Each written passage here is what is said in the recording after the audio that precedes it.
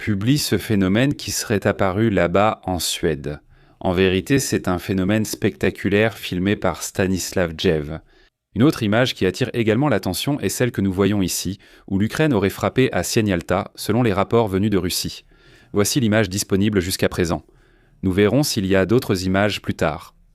Cette image aussi est intéressante car elle fait partie de ce qui s'est passé lors du bombardement du bombardier B-52 qui s'est écrasé sur la base Edwards, dont nous allons discuter tous les détails dans un instant. Aussi une image spectaculaire du G7 très rare à voir. Regardez bien, c'est peu commun de voir ce genre d'image où tous les dirigeants sont présents. Regardez, en haut il y a Macron, à gauche il y a Donald Trump, à droite, mince, je ne sais pas si c'est celui d'Allemagne. Non, ou c'est tout. Celui du Canada, n'est-ce pas? Marc Carney. À droite, il y a Mélanie, à gauche, mais ce n'est pas Mélanie, n'est-ce pas? Désolé, c'est que l'image est inversée pour moi ici. Attendez, laissez-moi la remettre à l'endroit. Voilà, regardez. Mélanie, c'est bien à droite, n'est-ce pas? Et juste en dessous d'elle, il y a Sanai Takaichi, celle du Japon. Ici, c'est Starman, celui du Royaume-Uni. Ici, c'est, comment il s'appelle? Merz. Merz, celui d'Allemagne. Et en bas, voyons, là, il y a cette Wonder Wunderleyen et on n'arrive pas à voir Costa. Costa. Celui-ci. Eh bien, et aussi de l'Union européenne. Et aussi de l'Union européenne. Mais bon, voilà ceux du G7 dans cette réunion. Là, on voit Macron en train de sourire, là, on voit Trump à gauche, et là, le président, le Premier ministre canadien à droite. Eh bien, cela fait partie de ce qui se passe en ce moment dans cette région du monde. Mais une autre image qui attire l'attention, c'est cette image que je pense être l'image du jour, celle du gardien du Cap-Vert. Et si j'ai bien vu, je n'ai regardé que le résumé du match entre l'Espagne et le Cap-Vert. Comme l'a déjà dit ici Adrian, je salue chaleureusement Adrian depuis l'Espagne. Il le disait non, que l'équipe d'Espagne, eh bien non, elle ne va pas y arriver, elle n'a rien à offrir. Mais bon, je crois qu'il avait raison. Ils n'ont pas pu marquer un but contre le Cap-Vert. Mais oui, il faut reconnaître ce gardien, qui d'ailleurs a 40 ans. Il ne faisait pas partie de la sélection. Il a envoyé son CV via LinkedIn pour les convaincre. Eh bien, pour qu'ils l'embauchent. Oui, et il l'embauche via LinkedIn. Il voit en ses aptitudes et il a réalisé un travail spectaculaire, alors qu'au début du match, il avait seulement quelques abonnés sur Instagram. Et à la fin du match, il avait déjà 6 millions d'abonnés sur Instagram. Impressionnant. Eh bien, 3 millions d'abonnés, dit Astrid. Impressionnant. Tu sais combien ils en avaient avant? Avant de commencer, plus de dizaines de milliers. Des dizaines de milliers. Donc il n'avait même pas 1 million. Non, même pas 100 000. Donc il avait vraiment très peu d'abonnés. En gros, c'était juste des gens qui le connaissaient, non? J'imagine que c'était des gens qui savaient qui il était. Parce qu'il avait déjà joué dans quelques équipes en Afrique, même si maintenant il s'était déjà reconverti. Il a joué récemment en 2e division. Écoutez, la 2e division, je crois que c'était dans une équipe du Portugal ou d'Espagne, mais je pense que c'était au Portugal, oui, en 2e division, d'accord. 2e division? On te paye 30 000 € par an. Ok, bon, il vit de ça, c'est-à-dire il est professionnel, mais il ne vit pas. Disons, mais il ne gagne pas autant que les autres. Oui, il n'est même pas en 1re division. Mais bon, allez, c'est quand même un niveau assez bon qu'il a. Il n'a pas seulement fait, ce n'est pas seulement les arrêts, non, du ballon et tout ce que tu veux, mais c'est aussi la façon dont tu diriges ta défense, non? Comment tu l'inspires à se positionner, comment tu la déplaces, enfin, tout ce genre de choses. D'ailleurs, au fait, ils ont immédiatement renvoyé l'entraîneur de la Tunisie. Oui, aujourd'hui, ils sont restés un bon moment ici à Barréal. Eh bien, il paraît qu'ils allaient s'entraîner d'abord sur un terrain, puis sur un autre, le bon nom. Mais ils ne sont pas passés au bon terrain parce qu'il y a eu un changement d'entraîneur. L'entraîneur, bien sûr, c'est qu'ils ont déjà perdu toute confiance. N'est-ce pas? Eh bien, hier dimanche, oui, hier, quand ils sont sortis, quand l'équipe a terminé, les supporters de Tunisie les attendaient en criant pendant la pause comme un jour normal. C'est-à-dire, les Tunisiens sont restés pour attendre que l'équipe sorte afin de leur crier dessus. Eh bien oui. Eh bien oui, j'imagine, non. Celui-ci est incroyable. Ils ont perdu quoi? 7 ou 5 à 1? 5 à 1, n'est-ce pas? 5 à 1, c'est impressionnant. 0, non? Non, 1, oui, donc 5 à 1. Non, je crois que oui, je crois que c'était bien à 1. Mais bon, le point c'est que le 0 du Cap-Vert, pour eux, c'était comme une victoire. Évidemment, pour l'Espagne, ça avait un goût très amer, comme une défaite. L'Espagne a déjà mal commencé par le passé, puis s'est relevée.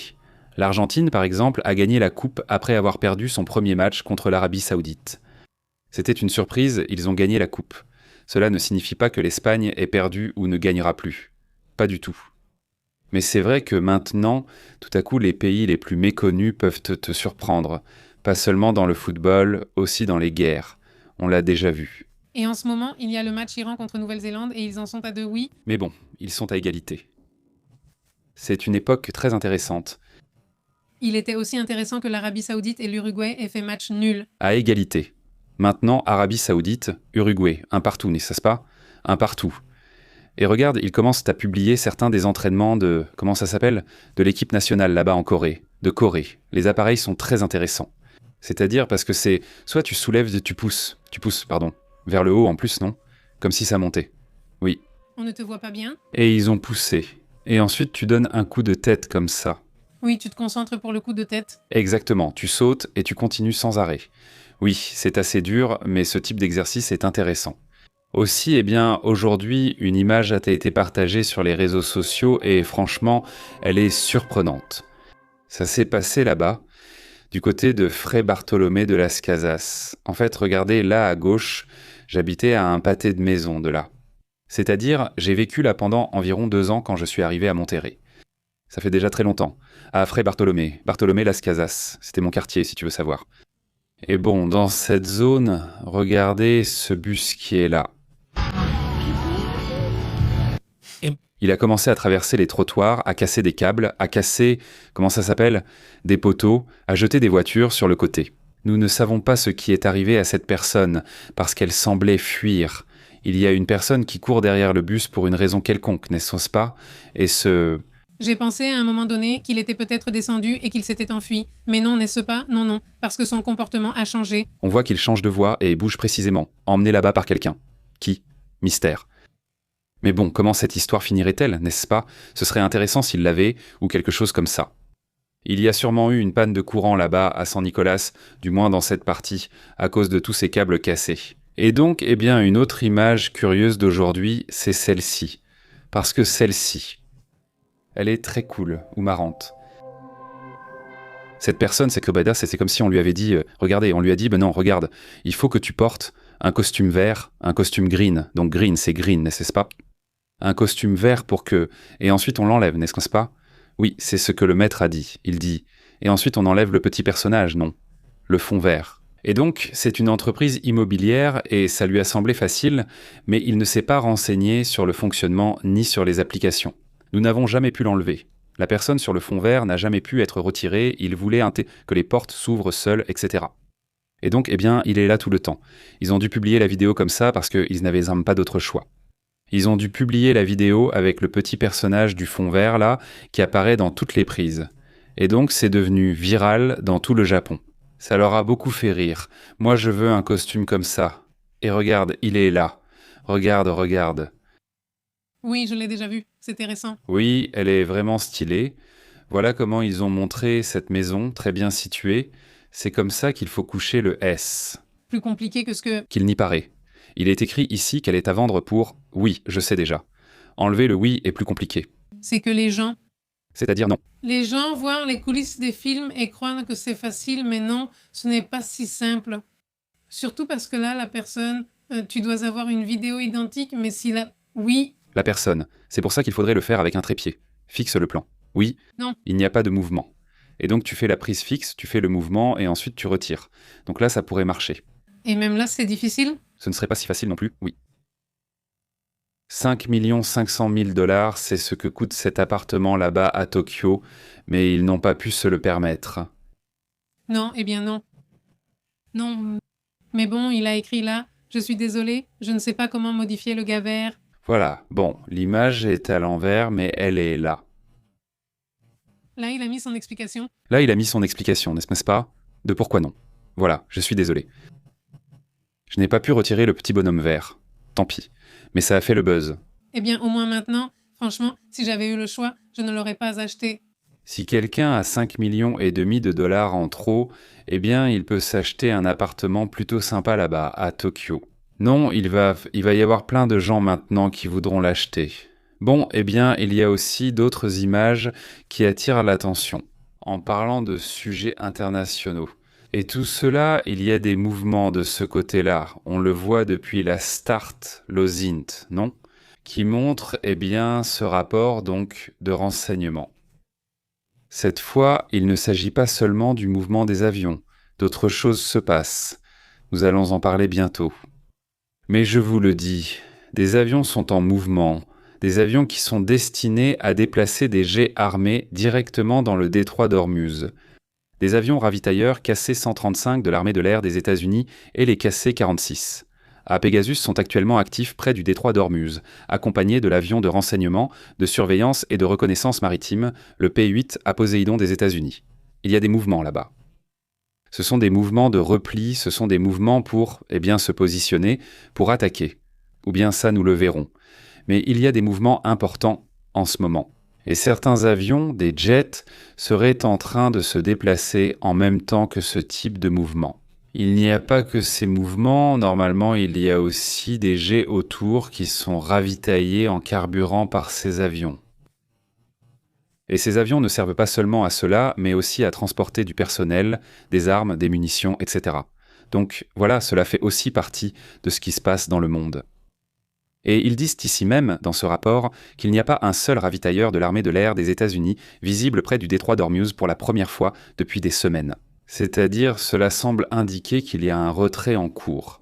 Du moins, c'est ce que rapporte le document. Non, il n'y en a pas, il semble qu'il n'y en ait pas. Voyons si nous pouvons le montrer ici.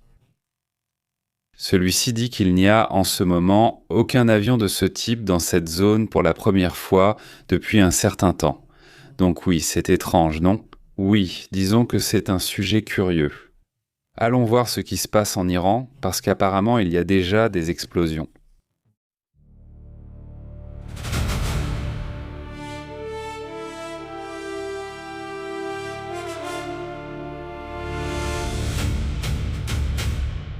Écoutez, on signale une série de mouvements.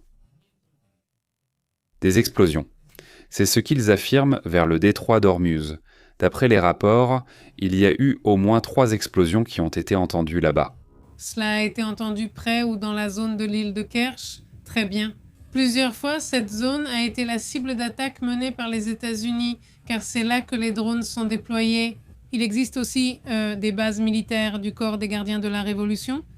Eh bien, selon un média iranien, ce qui est intéressant, qui s'appelle Mer News Agency, 3 explosions ont été entendues au sud de l'île de Kerch, qui se trouve dans le détroit d'Ormuz. De plus, il est également suggéré qu'en plus de ces explosions, il y a eu une tentative de gestion du trafic, parce qu'en ce moment, il y a environ 1000 navires. Je crois que c'était le dernier chiffre communiqué concernant les navires arrêtés. Et en fait, les propriétaires des pétroliers ne veulent pas traverser le détroit en ce moment, bien sûr. Si tu veux, on en parle tout de suite en détail, car c'est énorme. C'est-à-dire, en ce moment, il existe une sorte de fermeture du détroit d'Ormuz sans qu'il y ait une fermeture officielle. C'est-à-dire, il y a une fermeture tacite, une fermeture par méfiance. Comme il disait dans les rapports ce matin, il y a encore des milliers de navires qui ne bougent pas. Et il demandait un pourquoi. On va en parler, mais regardez ces explosions dont on ignore la provenance. Non, on ne sait pas d'où elles viennent. Pour l'instant, le régime des ayatollahs ne les attribue à personne. Ils ne les attribuent à personne. Ce n'est pas comme s'ils étaient déjà sortis pour dire que c'est Israël, que c'est les États-Unis. Ils n'ont rien dit. Je trouve ça très étrange. Ils n'ont rien dit. C'est-à-dire, franchement, toute cette histoire est vraiment très curieuse. Alors, il y a des explosions, mais on commence aussi à voir des explosions et des images commencent à apparaître.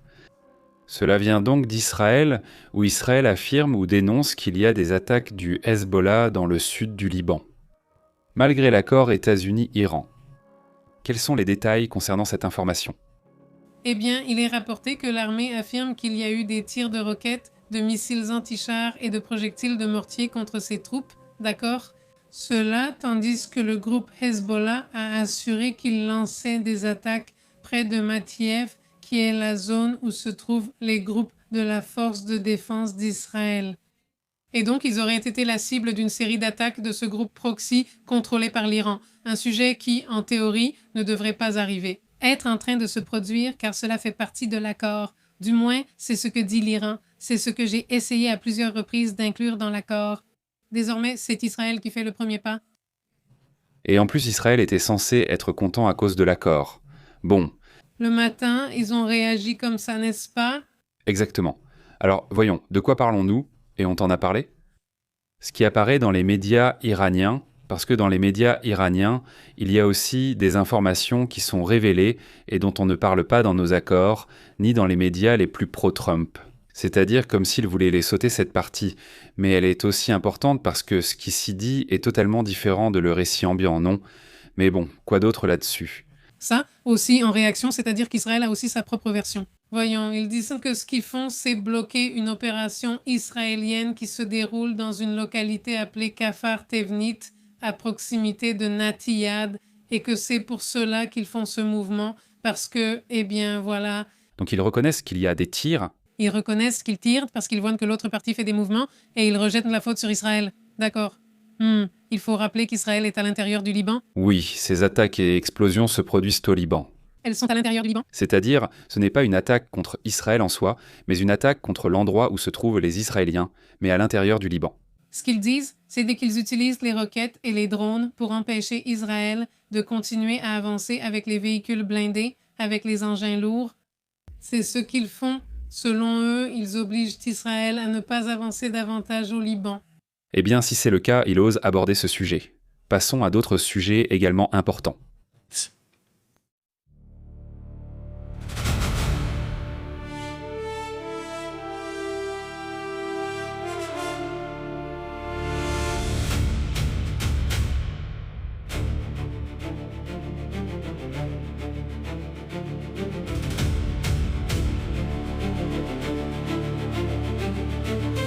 Il y a plusieurs sujets antérieurs à ce qui se passe en Iran, juste cela avant toute autre chose. Ils rapportaient en cet après-midi que ceux qu'on appelle les faucons en Iran, les hauts gradés, mais qui font partie, disons, du groupe le plus proche de Mokhtar Mojtaba Aminé. En plus de la ligne dure, La ligne dure, exactement. On voyait déjà les têtes de Galibaf et d'Aragashi. D'ailleurs, regarde, Intensus. sur les réseaux sociaux, même sur les réseaux sociaux occidentaux, il y a plein de gens qui sont très radicaux sur ce sujet. Alors tu voyais par exemple la publication de cet Aragashi et tu regardais en dessous de la publication et c'était que des, on va dire, dessins ou images où on leur enlevait la... Tu vois ce que je veux dire, non?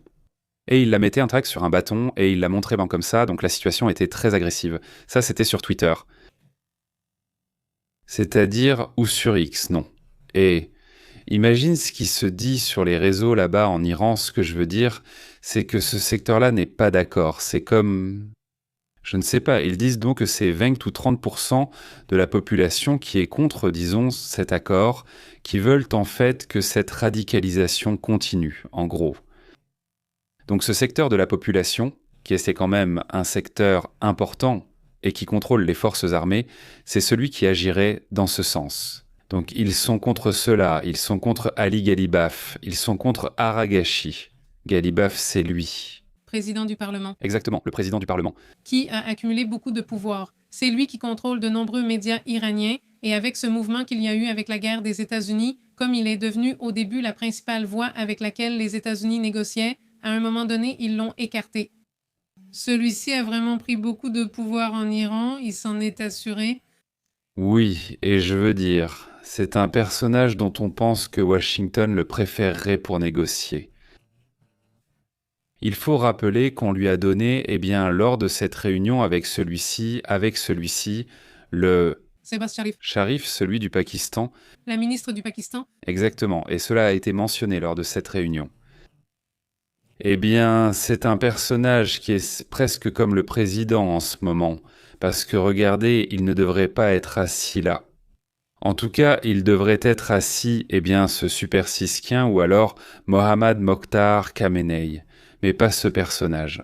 Quand on voyait auparavant le chef du Parlement assis, avec d'autres présidents, ce ne serait pas logique, mais c'est lui qui a pris de l'importance à Washington. Il le préfère. C'est-à-dire, ce n'est pas, on ne pourrait pas dire que s'il arrive au pouvoir, on ne pourrait pas dire que le régime est tombé, mais au moins il y aurait un secteur. Disons entre les deux. Exactement, ce serait un peu comme Delcy, mais moins, car il est très dur dans ses commentaires. Qui sait? Non. En ce moment, tu te dis aussi, bon, il est dur parce qu'il a la ligne dure derrière lui, sur le dos, il la porte. Ouais, donc bon, revenez. C'est un bon point, là. Mais bon, passons à d'autres sujets, non? Allons-y, bon, parlons de ce qui se passe dans les médias iraniens, parce que ce sujet est très intéressant. Au sein des médias iraniens, d'accord, on y vit, disons, une situation bien plus qu'intéressante. Moi, en fait, je pense que l'actualité sur le sujet de l'Iran doit être observée de très près maintenant dans les discours internes, parce que clairement, et ça nous ne l'avions pas vu. C'est aussi clair que ça, il y a une chute du pouvoir de Mokhtava. C'est comme je le vois, presque comme une sorte de coup d'État où, soudainement, je suppose que c'est un soutien de la garde révolutionnaire, c'est-à-dire que la garde révolutionnaire a dit, ou au moins un secteur a dit, nous allons mieux soutenir les politiciens, parce que soutenir Mokhtava ne nous mènera à rien. N'est-ce pas? Alors tout à coup, ce que je ressens, c'est qu'il y a eu une sorte, disons, oui, de rupture interne, dans lequel ce monsieur, non, avec Aragash lui-même et tout ça, ils ont commencé à prendre le pouvoir. Actuellement, les journaux et médias numériques iraniens sont divisés. Il y a un groupe qui défend, disons, les plus radicaux, et un autre groupe qui, disons, défend la voie de la négociation. Ou disons le mémorandum d'entente, c'est ainsi qu'ils l'appellent vraiment. Non, ce n'est pas vraiment un accord, en réalité c'est encore un mémorandum d'entente. C'est un accord pour parvenir à un accord. En gros.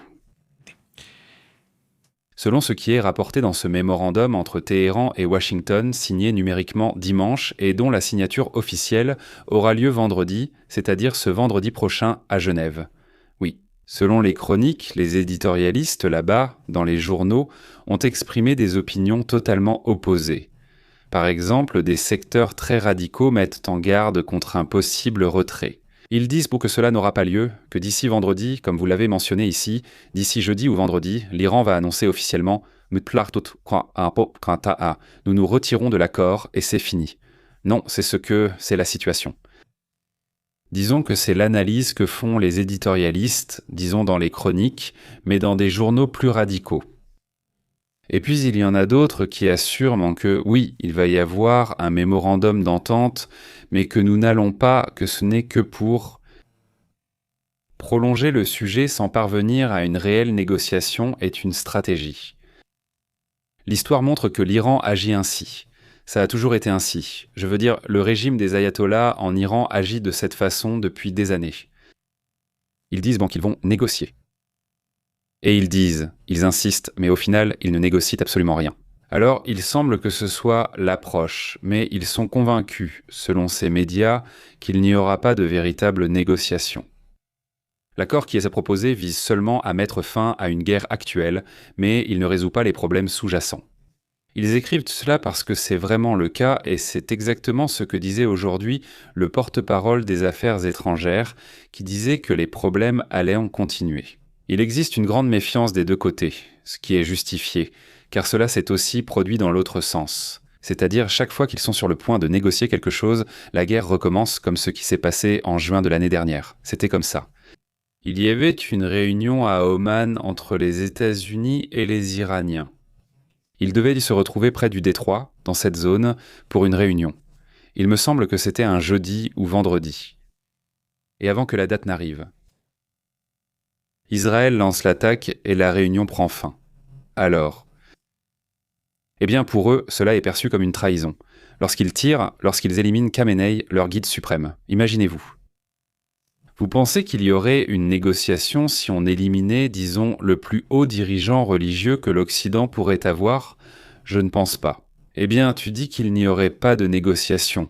Je pense qu'ils pensent qu'au pareil. Cette branche radicale refuse toute négociation, quoi qu'il arrive. C'est-à-dire, ils disent pourquoi négocier si tu t'es chargé d'éliminer Khamenei, mais aussi auparavant tu as éliminé d'autres dirigeants qui ont été des figures clés, et jusqu'à aujourd'hui, ils continuent de demander, année après année, une vengeance, en gros. Exactement. Et curieusement, il y a aussi une division parmi les conservateurs. Il y a des conservateurs qui ne veulent pas de l'accord, comme l'a dit Pépé, mais il y en a aussi d'autres qui veulent l'accord. C'est-à-dire, ils disent que celui qui possède une véritable fierté nationale et un authentique patriotisme ne bat pas les tambours de la guerre sans fin. C'est ce qu'il commente dans une analyse, un éditorial, dans l'un de ses journaux considérés comme des titres conservateurs traditionnels. Que s'il voit des défaillances dans l'administration, s'il voit que, le pays ne peut plus supporter cette situation très longtemps. Et il pense qu'il faut appliquer la diplomatie calculée. Eh bien voilà la diplomatie calculée. Nous savons déjà ce que cela signifie.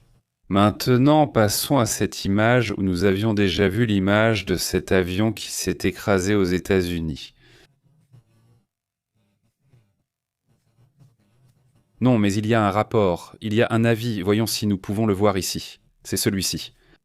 C'est-à-dire, il y a un communiqué, n'est-ce pas, qui a été publié concernant le bombardier américain qui s'est écrasé en Californie. Non, cela s'est passé sur la base. Edwards, là-bas en Californie, où l'avion s'est écrasé, eh bien non, évidemment, nous ne pouvions pas le confirmer sur le moment, mais quand nous avons vu comment les débris de l'avion sont tombés, nous nous sommes dit, non, enfin, comment peux-tu survivre à ça? Non, l'armée de l'air des États-Unis a déjà confirmé ce qui s'est passé, non. L'armée de l'air indique que cet événement s'est produit à 11h20 ce matin, que les services d'urgence sont intervenus immédiatement et, selon le communiqué, le B-52 effectuait une mission d'essai de routine. L'équipe d'intervention travaille donc à identifier et localiser tout le personnel pendant que l'incident fait toujours l'objet d'une enquête.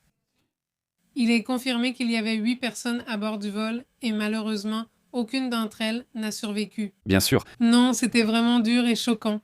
C'est un B-52 qui s'écrase, il venait à peine de décoller, et il s'écrase. Bon, il n'aura pas la classique, ils n'auront pas à enquêter là-dessus, mais imaginez-vous, non?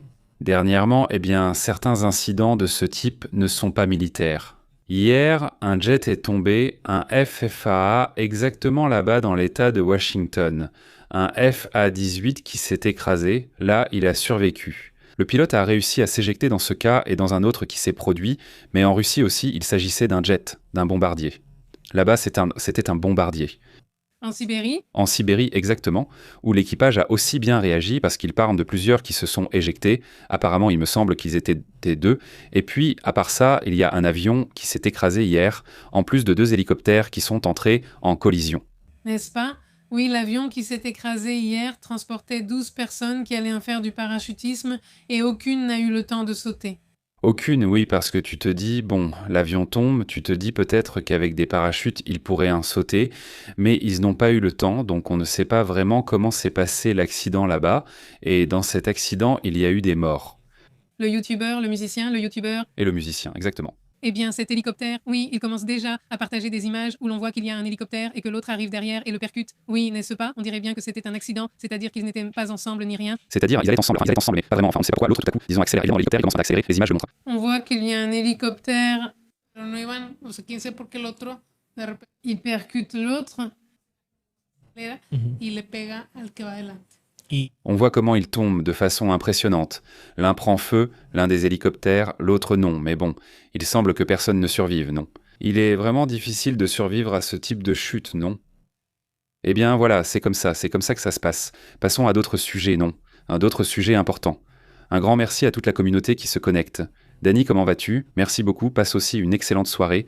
Merci beaucoup pour ton commentaire. Roble Francisco Arce MT Salutations.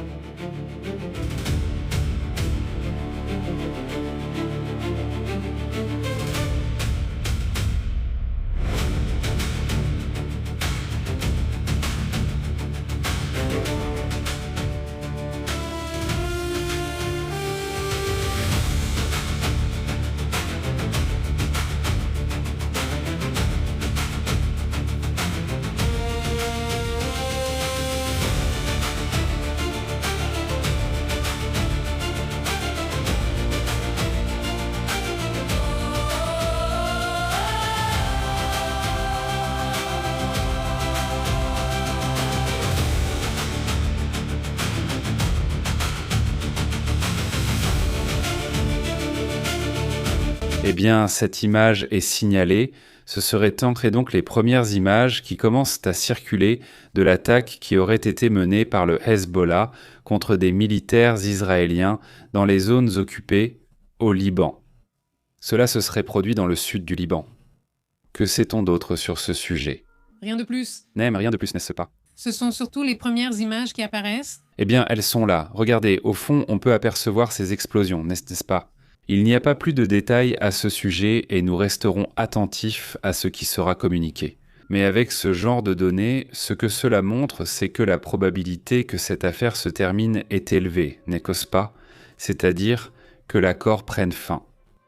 Écoutez, un grand merci à toute la communauté qui partage, et si vous ne l'avez pas encore fait, partagez-nous, informez la communauté que nous sommes déjà en direct, et à tous ceux que vous connaissez ou peu importe. Et bon, je remercie ceux qui ont déjà partagé le direct.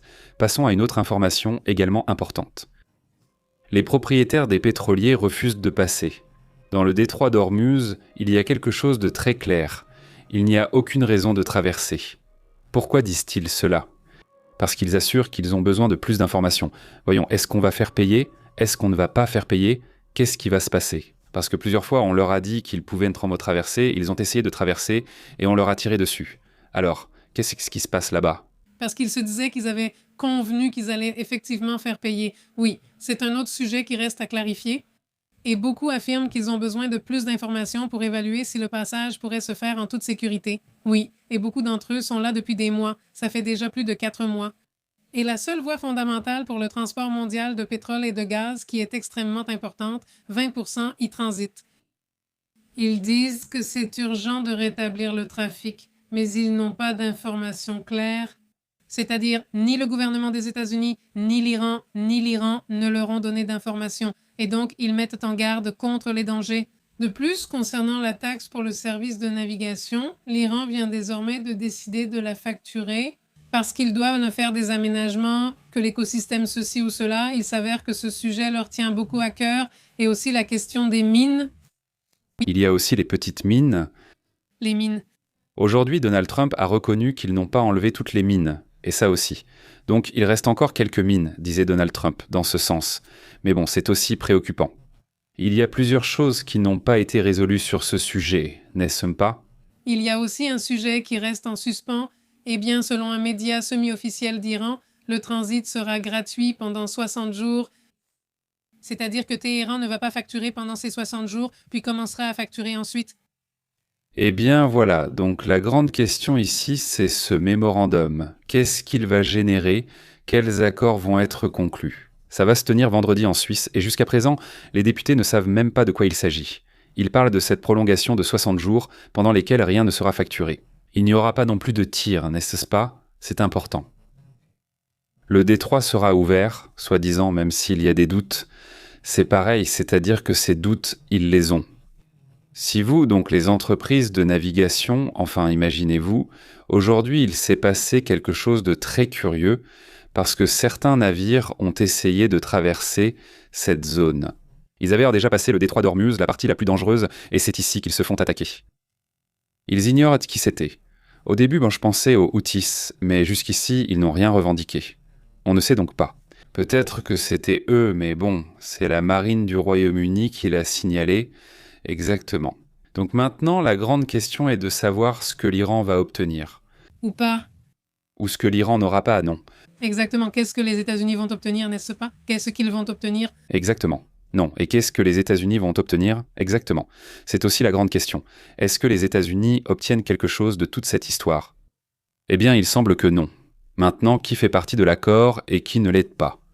Aussi. C'est-à-dire, ça ne sert à rien que Trump signe, peu importe quoi. Si ensuite les républicains et les démocrates disent « Écoutez, cet accord ne nous plaît pas. Ah, et l'accord est rejeté ou l'inverse, n'est-ce pas? Tu trouves un accord et le lendemain, Mokhtar Khamenei parle. Tu sais quoi, ça ne m'a pas plu et l'accord est annulé.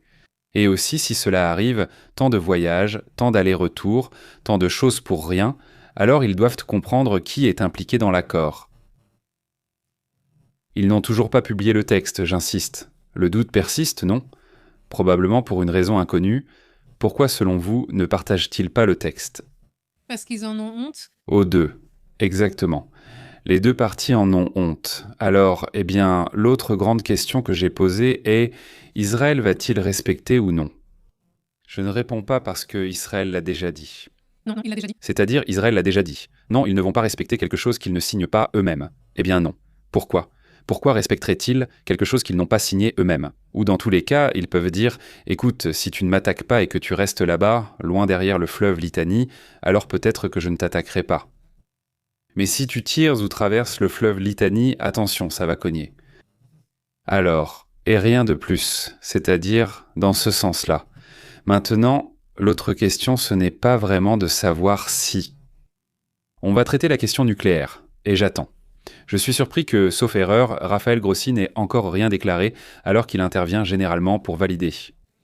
S'ils vont conclure l'accord d'un coup, eh bien regardez, il faut faire ceci, cela.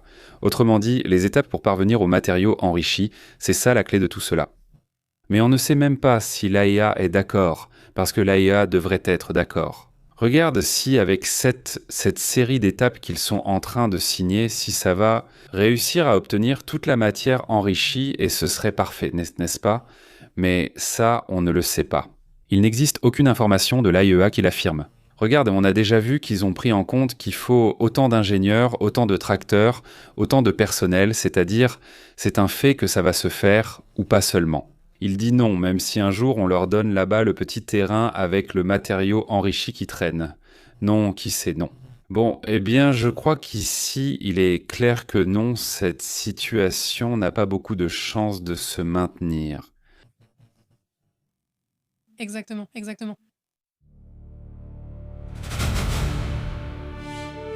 Remarquez qu'à Cuba, on vit une situation terrible. Je crois qu'on le sait déjà. Il y a une crise, il y a une situation où, eh bien, on vit une crise du tourisme, d'ailleurs, une crise très grave de l'électricité et un manque d'approvisionnement à Cuba.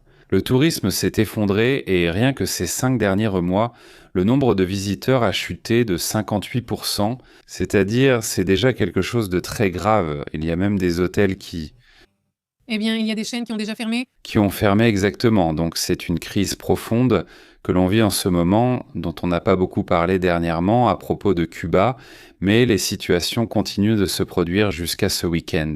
On parlait d'une coupure de courant touchant 60% de l'île, donc il continue d'y avoir des situations ici, dans ce pays. C'est vraiment incroyable, non ? Exactement. Rien qu'au mois de mai, il y a eu 30 000, enfin 31 000, on va dire 31 000 touristes, ce qui est un volume bien en dessous de ce qu'ils arrivent à réunir en un seul mois. Il y a eu une baisse historique sur leur marché principal, le Canada, puis les États-Unis et la Russie. Mais comment les Russes arrivent-ils jusque-là? C'est étonnant.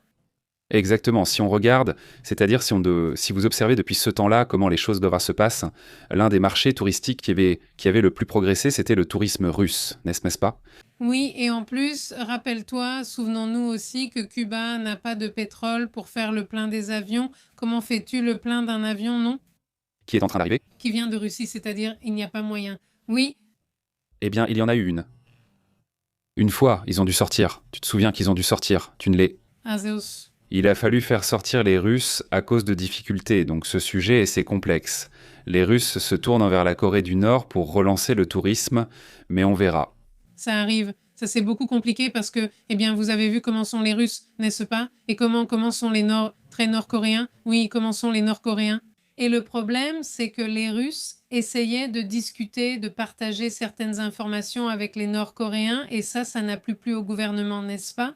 Parce qu'ils ont commencé à les questionner sur certaines choses, et là, ils ont mis fin à tout ça. En fait, ils ont même suspendu le tourisme pendant un moment. Je ne sais pas si ça a repris, mais cet hôtel de luxe avec des toboggans. Non, Il était là. ils l'ont arrêté. Exactement.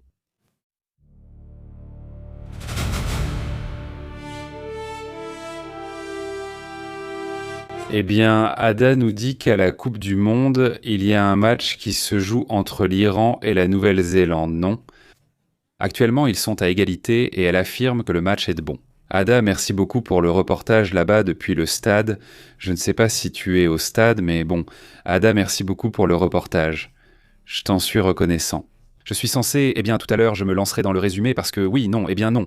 C'était impossible. Aujourd'hui, que des matchs nuls, Iran, Nouvelle-Zélande, 2 Arabie Saoudite, Uruguay, 1 Belgique, Égypte, 1 Espagne, Cap-Vert, 0-0, 0. 0. Oui, ils étaient vraiment à égalité. Caribel, comment vas-tu ? Rascoribas, comment vas-tu ? Salut. Odilia, comment ça va ? Comment vas-tu ? Walter Osorio, MT, un grand salut. Merci beaucoup de nous accompagner. Passons à d'autres sujets également importants. Regardez, il y a une crise pétrolière. Il y a une crise pétrolière en ce moment et regardez, ils avertissent déjà que les réserves des États-Unis, les réserves d'urgence, sont à leur niveau le plus bas depuis la présidence de Ronald Reagan. C'est-à-dire, voilà, je l'ai vu. Nous parlons du niveau le plus bas des réserves d'urgence aux États-Unis depuis 1983. C'est-à-dire, imaginez-vous, non? Vraiment, c'est assez incroyable. Cela dit, le pétrole est monté jusqu'à 84, mais il s'est arrêté là, n'est-ce pas? Il n'a pas continué à baisser. Et maintenant que l'Asie a ouvert, parce qu'elle vient d'ouvrir en ce moment, eh bien on voit que ça reste pareil qu'hier. C'est-à-dire, ça reste à 84 $. Le Brent, n'est-ce pas? Donc non, il n'y a pas de changement très important, n'est-ce pas? Oui, on voit 84,16, n'est-ce pas? Voyons s'il descend vers les 70, disons, ou s'il va rester là. J'imagine qu'avec la méfiance qu'il y a en ce moment, il va rester autour des 80 pour l'instant, n'est-ce pas? C'est ce que j'imagine. Pareil aussi, au Texas, il était à 79, non? Qui est aux États-Unis, et le Bitcoin, commence déjà à remonter un peu. Un peu, il est déjà à 65 000, après être descendu à 59 000 $, voilà, il commence à remonter. Tout comme l'or. L'or commence déjà à réagir à nouveau. Regarde, ça fait un moment qu'il monte, même si ce n'est pas tout ce qu'il a perdu. Il lui reste encore beaucoup à regagner pour retrouver son prix initial. Le S&P SP 500 se porte très bien, c'est-à-dire que les 500 entreprises les plus puissantes des États-Unis en ce moment montent et atteignent presque leur record historique aujourd'hui. Autrement dit, ça va aussi très fort. C'est à cause de SpaceX, n'est-ce pas? Et aussi à cause du pétrole, n'est-ce pas? Évidemment non, mais tout cela génère ses effets. Ce qu'ils avertissent à ce sujet, puisque nous parlons du pétrole, c'est que ne pas avoir de réserves, les laisser aussi basses, implique évidemment un risque potentiel pour les États-Unis, n'est-ce pas? Selon les données fédérales publiées lundi, des responsables américains ont libéré 8,9 millions de barils de la réserve stratégique de pétrole rien que la semaine dernière. Cela laisserait la réserve d'urgence de pétrole des États-Unis avec 340 millions de barils de brut, en dessous du minimum précédent, établi en juillet 2023, cela sous le président Joe Biden. D'après les rapports, cette quantité de la réserve stratégique de pétrole, a chuté la semaine dernière à son niveau le plus bas depuis 1983, pendant que le gouvernement de Donald Trump reste encore dans l'incertitude quant à ce qui va se passer. Honnêtement, il n'est pas clair si cela va se réaliser ou non, n'est-ce pas? Tant que ce n'est pas signé vendredi, n'est-ce pas?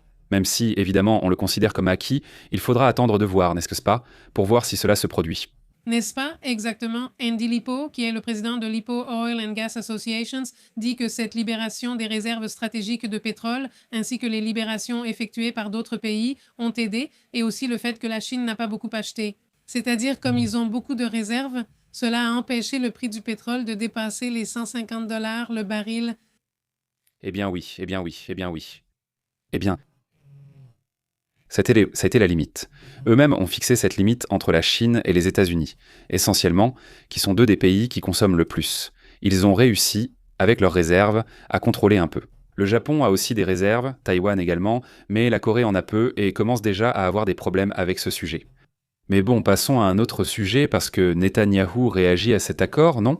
Il y a une réaction qui attire mon attention de la part du Premier ministre israélien.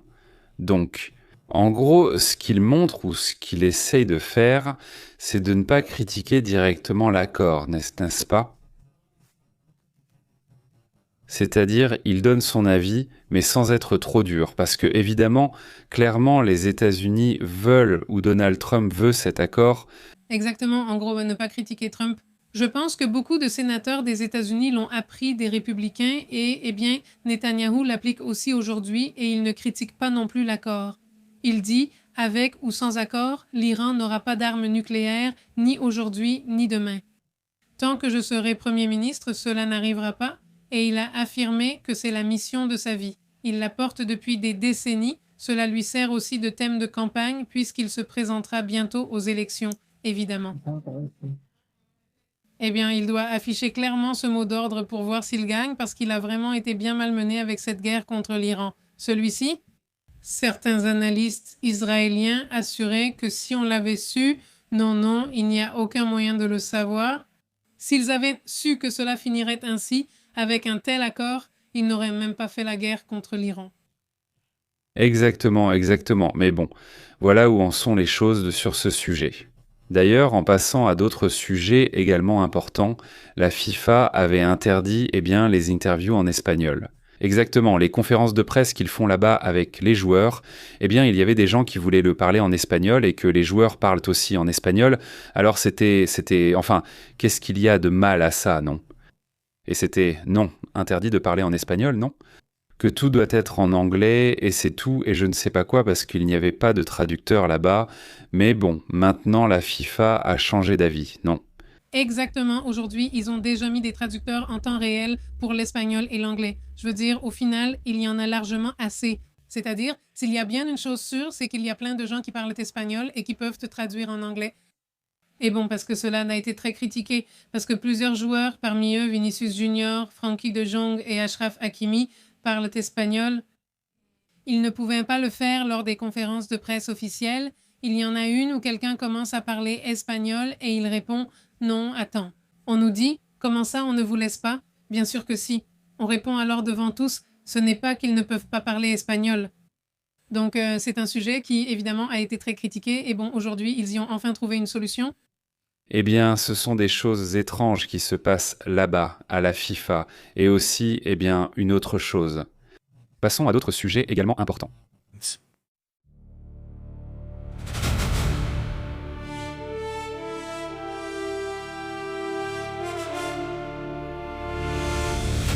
Il manquait la réaction du président de la Suisse.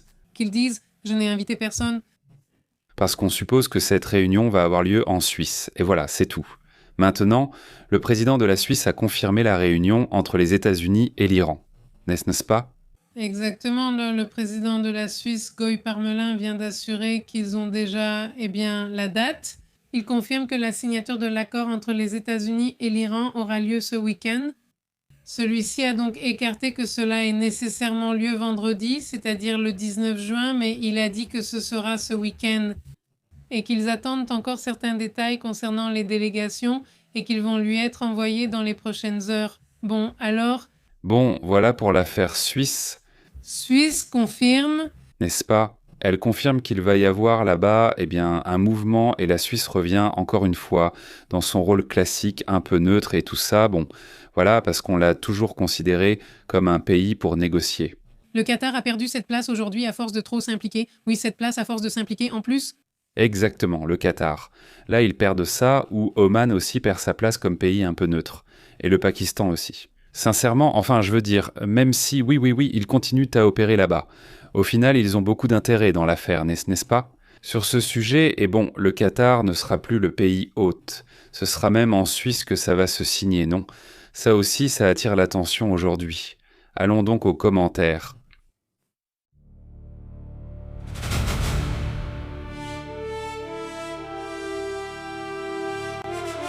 Comment allez-vous? Comment vous portez-vous? Merci beaucoup de nous accompagner, de nous permettre en fait de vous tenir compagnie où que vous soyez. Merci beaucoup. Ici, de ce côté, il y a eu des orages au Texas, il y a eu des orages à Mexico, à Monterrey. Dans différentes parties du pays, il y a eu des pluies ou des orages, n'est-ce pas? Ce sont des nations vraiment fortes, tu sais? Oui. Oui. En fait, le FanFest a été annulé pour cette raison parce que, tu ne veux pas exposer les gens, bien sûr. Parce que pour arriver, salutations à Armando Antonio qui dit salutations. Non, il me parle avec Karim. Salutations à Karim. Bonjour Karim, salutations à tous ceux qui me regardent. Salutations Caribelli, comment vas-tu Caribelli, Caribéenne, Caribelli? Salutations aussi à Ophé, à Panterita Sismica, à la Caribe, à cette Caribe, Caribelli. Caribelli, hier non, attends. Ce qui s'est passé avec le réseau? Non. Non, aujourd'hui ce n'était pas. Aujourd'hui ce n'était pas, attendez. Hier, on t'invitait Caribelli, nous aimerions avoir une interview avec toi pour voir s'il y a une opportunité. Et si tu veux bien, pour que tu nous expliques cette nouvelle qui a circulé à propos, d'une découverte sur la façon dont les champignons sont connectés. Enfin, voilà, comme s'ils formaient d'immenses circuits à travers la planète. Et comme s'ils étaient des veines? Comme s'il s'agissait de veines, c'est ce que disaient les scientifiques. Exactement. Et comment traite-t-il de nombreux nutriments? Parmi eux, il traite aussi le CO2 et d'autres choses qui sont également importantes pour dépolluer la planète. Alors, si l'occasion se présente, ce serait très intéressant. Je te fais un grand salut, Caribelli, on t'a mentionné, salutations. Quoi d'autre? Qu'est-ce qu'il y a d'autre par là? Salutations aussi à Verderi, si tu étais là, le Vatican ne fait qu'un. Qui protège le pape? Salutations à Verderi. Salutations à Verderi, comment vas-tu? Très bien. Salutations à Rasco Rascoribas. Il dit « Je ne crois pas, les inanistes ne donneront rien. C'est justement ce qu'on leur reproche, non? Qu'il n'y a rien, enfin du moins d'après ce qu'ils ont publié, on ne voit pas que l'Iran va donner quoi que ce soit. Rien du tout. Salutations à Roble. Comment vas-tu, Roble? À Walter Osorio aussi, comment vas-tu? Et salutations à FTCN, comment vas-tu? Aussi à Vic Sega et Sylvia Amaté dit « Celui qui s'est rebellé, c'était Rosario. » Marcelo Bielsa, l'entraîneur de l'Uruguay. Oui, qu'il ne regardait pas devant lui. Oui, c'est ce qu'ils disent. Voilà, qu'il est en train de baisser et on lui a demandé ça en conférence de presse et il a dit « Eh bien, je ne suis pas mannequin. » Et moi, oui, il a peut-être raison, on réfléchit trop car il ne regardait pas. Parce que la photo, à la photo. Ah oui, aussi celui d'hier, dans les matchs d'hier, il a gagné. Oh, quel pays a battu l'Équateur? Un pays d'Afrique. Mais bon, là tout de suite, je ne m'en souviens plus, mais bon, aujourd'hui, ils ont interviewé celui qui a marqué le but. Et il ne voulait plus. Il disait « Non, non, ce n'est pas mon travail de répondre aux interviews. » Il était vraiment agacé, non, ça ne lui plaisait pas.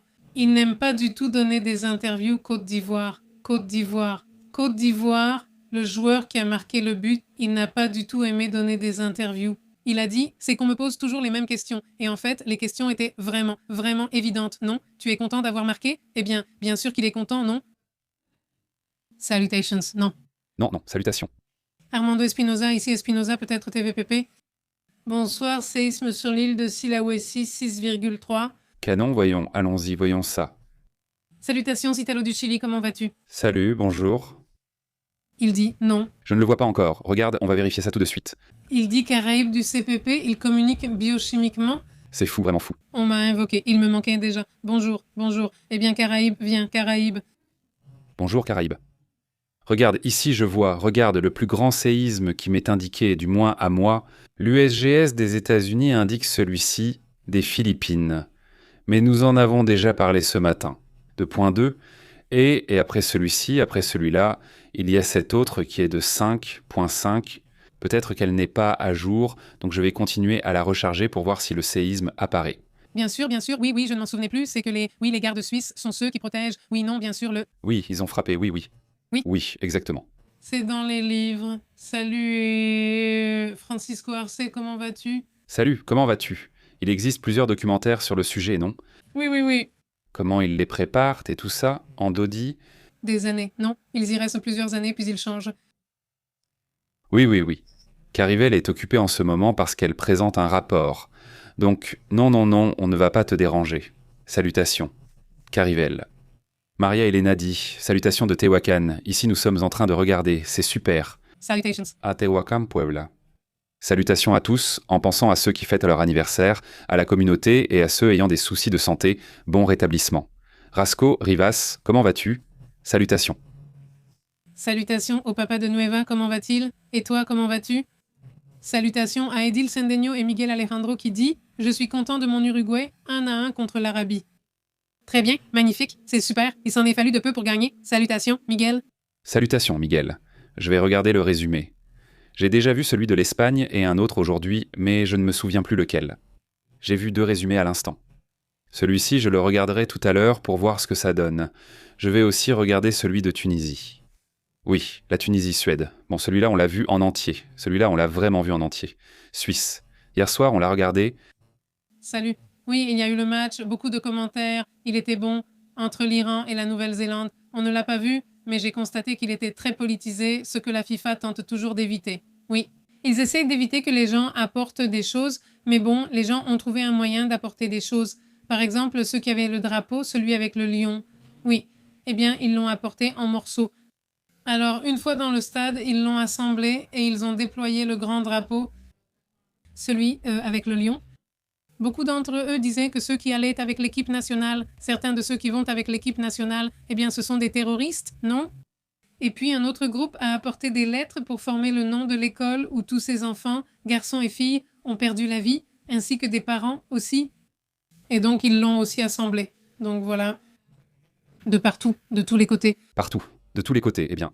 Mais il disait que les gens à l'intérieur du stade fêtaient vraiment beaucoup les buts de l'Iran D'Iran, non. Et cela a eu lieu aux États-Unis. aux États-Unis. Regarde comme c'est fou. Comme c'est intéressant. Les anges, comme c'est intéressant. Vixega, comment vas-tu? Très bien. Panthère. Ça m'étonne qu'ici au Mexique, on ait soutenu la Suède. Eh bien, à chaque but de la Suède, tout le monde faisait la fête. Armando, comment vas-tu? Salutations. As-tu vu les Suédois dans ce club de striptease? Non, il y a un gars bronzé viral là-bas. J'en parlerai plus tard. Salutations, il est arrivé. Les petits gars sont chétifs. Salutations au succès. Harry Keza, si Israël lui a fait confiance aux États-Unis. Les États-Unis ne sont pas fiables. L'Ukraine a été trompée, sûrement par eux-mêmes. Et comme garant, pas du tout. Oui, sinon, eh bien, il y a quelques semaines, Marc Carney disait déjà une critique très dure, mais très réelle, que les accords avec les États-Unis valent plus sur le papier que ce qu'ils ont dit. Qu'est-ce qu'ils disent? Eh bien, c'est très dur, mais oui. Tour. Mais ces accords se rompent comme ça, non? Je veux dire très facilement. Maintenant, voici le séisme dont tu parlais. Armando Espinosa. Merci beaucoup d'avoir anticipé et de l'avoir mentionné. C'est à Palu. C'est aussi, eh bien, dans cette fameuse ceinture de feu. Ici, regardez, ce sont les séismes aux Philippines dans cette zone, et ici se trouve le séisme. C'est un séisme de magnitude 6 ici, là où un 7,8 a eu lieu récemment. Et ici, en Indonésie, il y a eu un séisme de 6,7 avec une profondeur de 10 km, donc oui, il faudra rester attentif pour voir comment ils le ressentent. Voyons comment cela se vit et si cela ne provoque pas un tsunami. Car la profondeur est de 10 km, c'est... Nous resterons attentifs à l'évolution de la situation.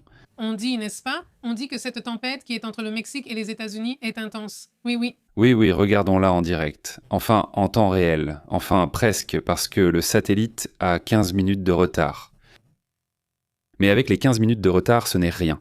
Donc, on peut vraiment voir exactement où se trouvent les nuages. N'est-ce pas? Les voilà, regardez, la taille, juste depuis le Texas. Nous, on est ici au milieu. Nous sommes par ici, nous sommes dans cette direction. Non, oui, c'est impressionnant. La tempête est immense. Impressionnant, non?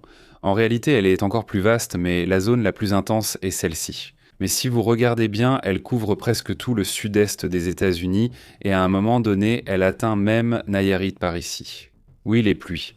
Donc voilà, c'est ça. Nous sommes là en train de transmettre depuis ce méga nuage qui couvre plusieurs États, qui couvre une partie des États-Unis et une partie du Mexique. Eh bien, c'est une énorme tempête, au moins. En ce moment, il ne pleut pas ici, mais il a plu toute la journée et dans d'autres parties de Monterrey, c'était vraiment intense. C'est bon. David dit « J'ai vu beaucoup de soutien pour l'Iran car à Los Angeles, où le match s'est joué, il y a une grande communauté iranienne, donc c'était pour l'Iran? Oui, c'est possible. Salutations, Jalala. » Salutations, Jalala, comment vas-tu? Salutations à Sol Garcia, comment vas-tu? Pardon, c'est ce que ça me fait rire. Je suis très moche. Salutations aussi à Francisco Arce. À Martin Castañeda ici. Salutations depuis Mazatlan. L'application signale un séisme de 6,8 en Indonésie. Martin dit « Salut Martin ». 5, 6, oui. Oui. Oui, exact. Oui, il l'indique comme ça. Bonjour Christy, comment vas-tu Christy? Très bien Christy, salut à toi. Quoi de neuf? Comment ça va? Salut à toi aussi. Voyons, qui veut qu'on s'aime? Joyeux anniversaire. Quel anniversaire? Et quel anniversaire? Caribel. C'est l'anniversaire de Caribel? Sérieusement? Voyons, Caribel fête ses 6 ans. On verra ça plus tard. Salutations à Seferino, j'aimerais leur parler. Salutations aussi à Leonardo. Comment vas-tu, Leonardo? À Joël Rivas. Aussi à Ofe Mendez. Comment vas-tu, Ofe? À Adil Edilce. Nous saluons Edilce Sandegno. Il y a aussi ici Dani, un Dani 19 non, de 980, D980. Comment vas-tu, Dani? Aussi, salutations. Salutations à Francisco Arce, Armando Antonio Bru. Il dit que les Coréens sont des Martiens. C'est ce qu'Armando dit. Pourquoi, Armando? Salutations aussi à qui nous saluait, à Miguel Alejandro, qui disait que les bateaux seraient nerveux de partir sans savoir où sont les mines. Qui va les aider à traverser? C'est bien la question. Il y a aussi le fait que, eh bien, même au sein du corps de la garde révolutionnaire, évidemment, comme dans beaucoup d'endroits, Il y a toujours des gens qui vont essayer de soutirer un peu d'argent au navire. Donc oui, c'est un sujet qui, évidemment, génère de la nervosité parce qu'au final, beaucoup de ces bateaux transportent du pétrole et heurter une mine, ce serait essentiellement la fin de ce bateau et de tout son équipage. Salutations à MT. Il dit que Netanyahou a affirmé en conférence de presse en Israël qu'il continuerait les attaques après avoir intercepté une moto menaçante et que les États-Unis ne leur dictent pas leurs actions. Voilà ce qu'ils ont déclaré. Je ne sais pas pour la moto, mais oui, puisqu'ils ont dit qu'ils ne signent rien. Ils n'ont rien signé, non? C'est-à-dire, oui, ils ont dit que si le Hezbollah les attaque, ils vont répondre, ils l'ont laissé très clair depuis hier. Exactement, n'est-ce pas? Et ils ne vont pas non plus quitter le Liban. Du Liban non plus, exactement. Moreau, comment vas-tu? Famendez, Armando, Panterita, Caribel, super, salutations à tous. Est-ce qu'il y a un anniversaire? Est-ce que quelqu'un fête son anniversaire ou pas? De la part de... Oui, Caribel? Caribel, eh bien donc une grosse accolade. Caribel, quoi Caribel? Joyeux anniversaire, Caribel. Joyeux anniversaire, passe une super journée et bon, que tout le travail que tu as en ce moment te soit léger, d'accord? Toute la présentation, tout le rapport à faire, mais bon, joyeux anniversaire encore et j'espère que tu en fêteras beaucoup d'autres. Merci d'être avec nous. Merci aux frères Armando Delgado qui nous suivent depuis le Nebraska. Comment vas-tu, Armando? Excellent. Il demande à Moreau s'il est sous ce gros nuage. Oui. Oui, nous sommes là. On est sous ce gros nuage. C'est étrange, il ne sort pas l'après-midi, on dirait que tu es chez toi.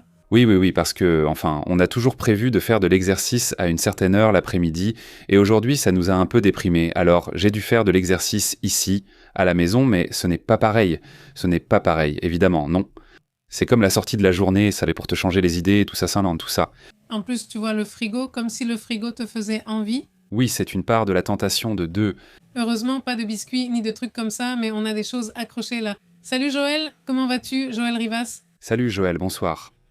Bien, alors, voyons comment ce nuage s'est comporté au cours des dernières 24 heures d'accord au-dessus du Texas et des États-Unis. Nous allons lancer la vidéo, regardez, la voilà.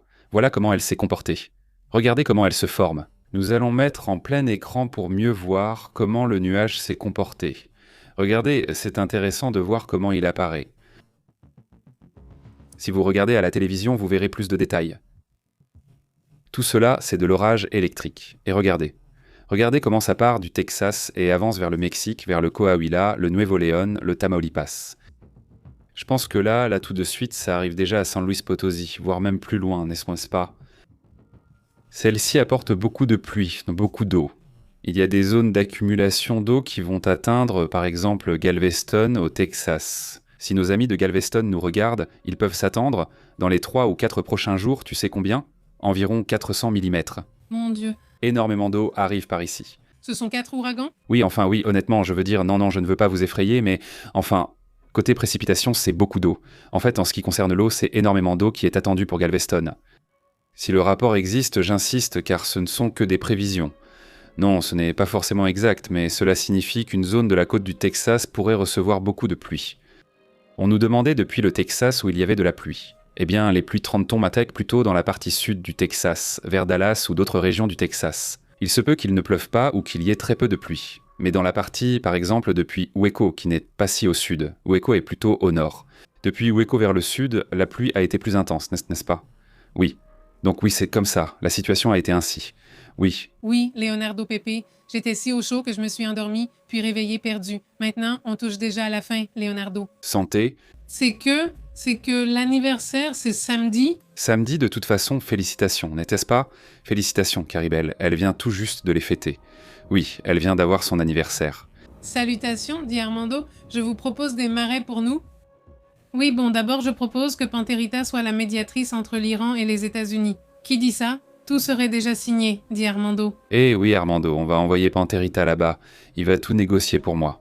Voilà. Oui, il dit que c'est le livre que j'écris pendant mon année sabbatique. Papa, super, non, vraiment. Eh bien, allons-y, voyons. Quand tu le publieras, tu nous le diras ici et tu le publieras. Comment il s'appelle?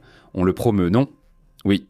Oui, Basti, je ne sais pas si ce sera en librairie ou où on pourra l'obtenir, mais j'espère qu'on pourra en acheter un.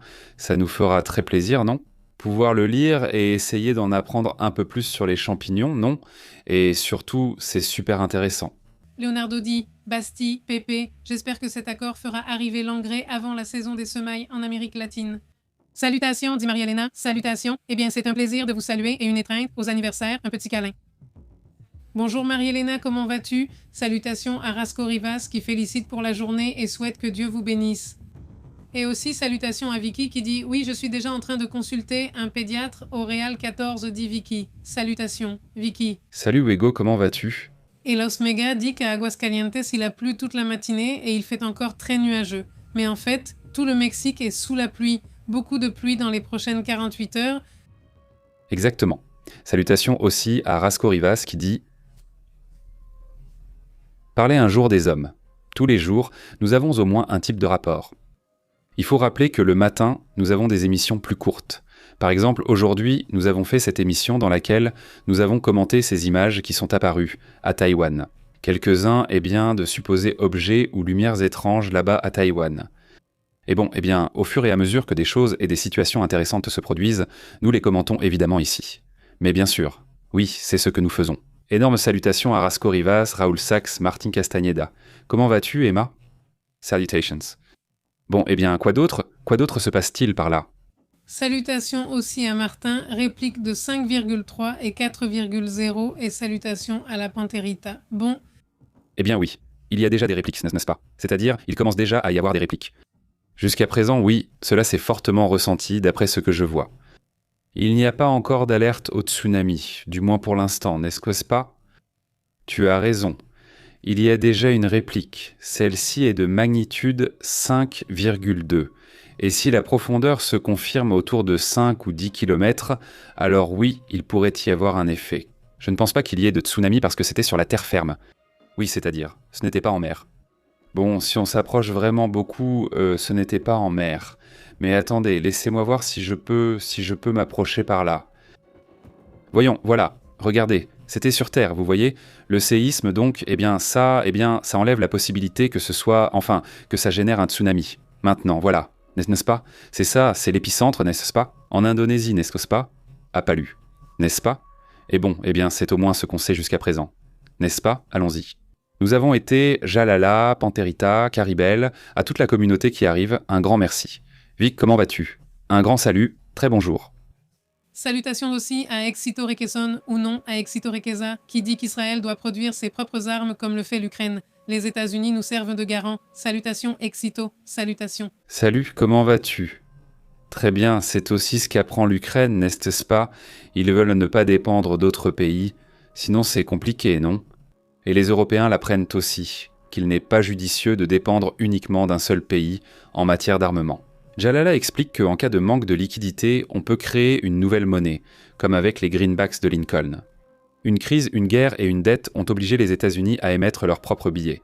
Jalala Martin dit « de Gérard que savez-vous sur la fausse mort de l'enfant guerrier du train de Aragua ?» Il dit « il y a des nouvelles contradictoires, et pendant que la CIA pourrait être contrariée. Qu'en pensez-vous, Martin ? Je l'ai pensé dès le premier jour, mais bon, ce n'était qu'une pensée. Ce n'est pas que... ça m'a paru très rapide. Normalement, quand ils font ces attaques et que c'est sérieux, il faut des jours, des semaines pour confirmer qu'il est décédé. Ce personnage-là, ça m'a semblé trop rapide. Comme si presque tout de suite, l'enfant, ce jeune guerrier, était déjà décédé. Donc... jusqu'à présent, comme toujours, n'est-ce pas? Avec ce genre de personnage, il y a des doutes, n'est-ce pas? On ne sait pas, certains disent qu'il est vraiment mort, d'autres disent que non, et donc ces doutes commencent à apparaître. Je ne sais pas si ici, les amis du Venezuela ont entendu quelque chose à ce sujet, qu'ils le laissent dans les commentaires. Presque chaque jour, Rasco, on échange sur un sujet intéressant. Aujourd'hui, je crois qu'on a évoqué 2 cas lors des précédentes transmissions, si tu veux vérifier. Ils sont là, et hier aussi. Et comme ça, presque tous les jours, on parle d'un cas intéressant. Vic dit « Vous saviez qu'il y a eu une inondation avant le match de l'Argentine demain en Alabama? Incroyable, je ne le savais pas, Vic. Il faut voir ce qui s'est passé. » Salutations à Angel Jiménez et à ma fille Angélie. Va dormir, demain il y a école. Salutations papa, on se salue chaque jour. Dors bien Angélie pour être en forme demain. Salutations. Celui-ci dit « Je veux... » Que le Mexique gagne toujours contre les États-Unis. Oui, salutations. Je déchire celle de Carlos Martinez. Quelle chose! Carlos à Dorian et Nix, quelle chose! Oriane dit ça, Pépé-chan. Lâchez vos likes et partez, Dorian. Salutations. Allons-y maintenant. Allons-y les gars, souvenez-vous qu'on est sur WhatsApp, on est sur Telegram, là-bas on vous envoie la notification des lives et on est aussi sur Facebook, X et Insta. Merci beaucoup d'avoir partagé, d'être resté un moment avec nous. Demain, on sera là dès tôt le matin et on continue en direct avec toutes les informations, avec tout ce qui se passe dans le monde. Merci beaucoup. Un câlin. À plus tard. Nous interrompons votre programme habituel. Merci de vous être branchés sur la vérité. Ceci est Pépé en direct. La vérité est intense, dure, l'insolite est réel, dur. Ici, nous l'analysons. Approche globale, ne reste pas à l'écart. Connecte-toi à la chaîne. Pépé en direct contrôle le signal. Pépé et Astrid disent la vérité. Journalisme brut, ici on respecte. Active l'alerte, ne perds pas la trace. À la prochaine. Oui monsieur. On fait l'appel, abonne-toi.